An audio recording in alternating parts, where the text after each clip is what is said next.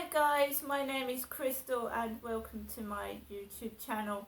Hopefully I get to read this piece in the Daily Mail. I started reading it just now and my phone only recorded 33 seconds and I'd read a whole page and it's made my mouth sore and hoarse.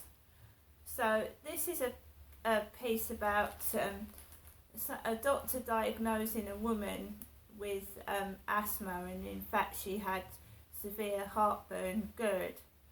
Alexa, what's the date today? Today is Wednesday the 28th of December. Alexa, what's the time? The time is 5:37 p.m. You might hear my phone going off. There is a guy called Rich that contacted me off Facebook and has now taken my WhatsApp number. So if this other phone keeps going off, that's Richard ringing. My mum gave me Gaviscon tablets yesterday because I myself suffer from heartburn. I was diagnosed with asthma about 5 or 6 years ago, and then when I went back to the doctors, she said your peak flow test is normal, you haven't got asthma, and she took my inhalers away.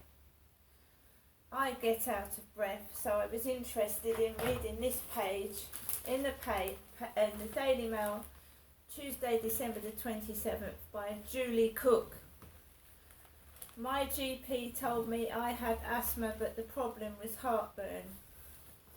Kirsty Bridges would always take deep breaths from her reliever inhaler, hoping it might ease her breathlessness. I was constantly wheezing and coughing, says Kirsty. I had to sleep propped up on pillows and felt dreadful. I also developed a hoarse voice. I was terrified there was something seriously wrong with me, not just asthma.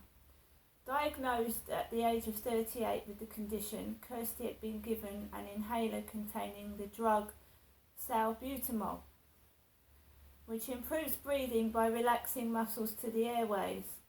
But no matter how many puffs Kirsty took, nothing worked.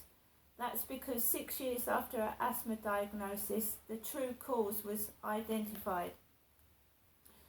In fact, she had acid reflux or gastroesophageal reflux disease, Gerd, G-E-R-D, where stomach acid repeatedly flows into the esophagus, the tube connecting your mouth and stomach, usually because of pressure or problems with the valve that connects them.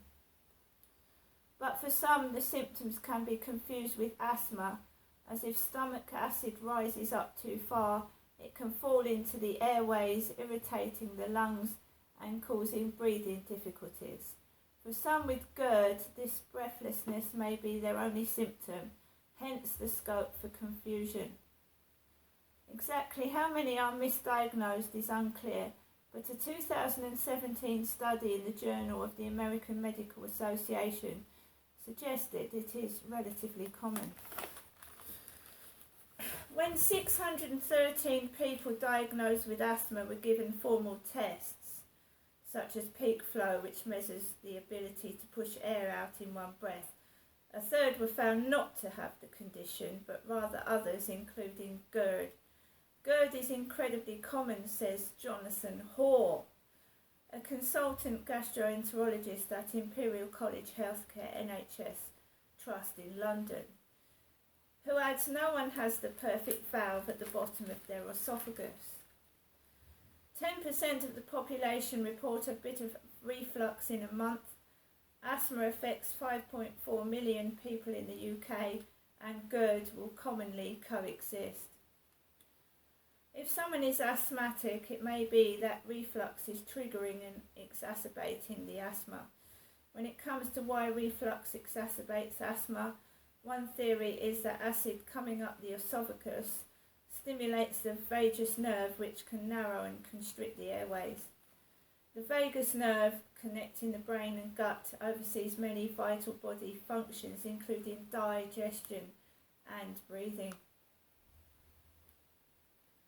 The other theory is that perhaps small amounts of acid come all the way up and go down to the lungs, causing irritation to the airways and narrowing the same symptoms as in asthma, says Dr. Hoare. But while some research suggests that surgery for acid reflux can improve